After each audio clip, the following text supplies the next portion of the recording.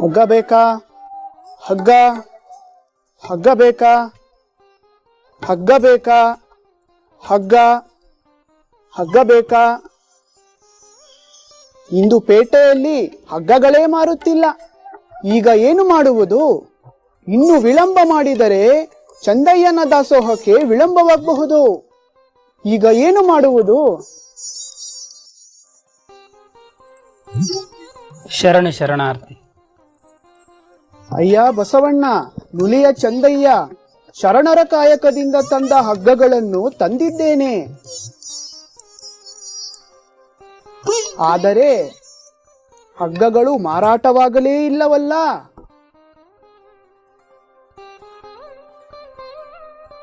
ಆದರೆ ನಿನಗಂತೂ ಬಿಡುಗಡೆಯೇ ಇಲ್ಲವಲ್ಲ. ಶಿವನ ಪರೀಕ್ಷೆಯನ್ನು ಬಲ್ಲವರಾರು. ಕೊಡು ಕೊಡು, ಮಹಾಮನೆಯಲ್ಲಿನ ದನಕರುಗಳಿಗೆ ಬೇಕಾಗುತ್ತದೆ. ಹೆಚ್ಚಿಗೆ ಹಗ್ಗ ಬೇಕೆಂದು ಹೇಳಿದ್ದಾರೆ. ಎಷ್ಟು ಬೇಕು ಬಸವಣ್ಣ? ಎಲ್ಲವನ್ನು ಕೊಟ್ಟು ಬಿಡು ಲಿಂಗಯ್ಯ.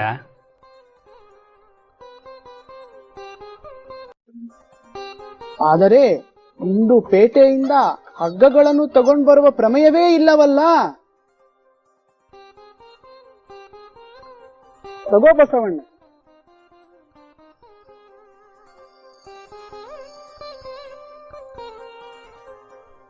ಎಷ್ಟು ಧನವನ್ನು ಕೊಡಬೇಕು ಲಿಂಗಯ್ಯ? ಚಂದಯ್ಯನ ದರವನ್ನು ನಾನು ಬಲ್ಲೆಯಷ್ಟೇ, ಅಷ್ಟನ್ನೇ ಕೊಡು.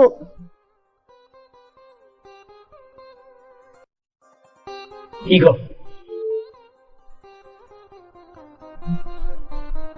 1000 ಹೊನ್ನುಗಳಿವೆ.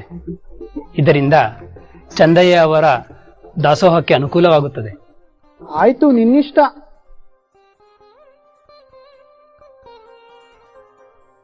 ಅಂದ ಹಾಗೆ ನಮ್ಮಿಬ್ಬರದು ಒಂದೇ ನಿಲುವಲ್ಲವೇ?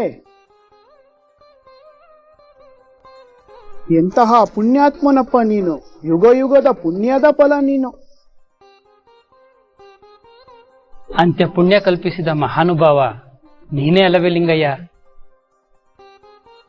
ನಾನಿನ್ನು ಬರುವೆ ಬಸವಣ್ಣ.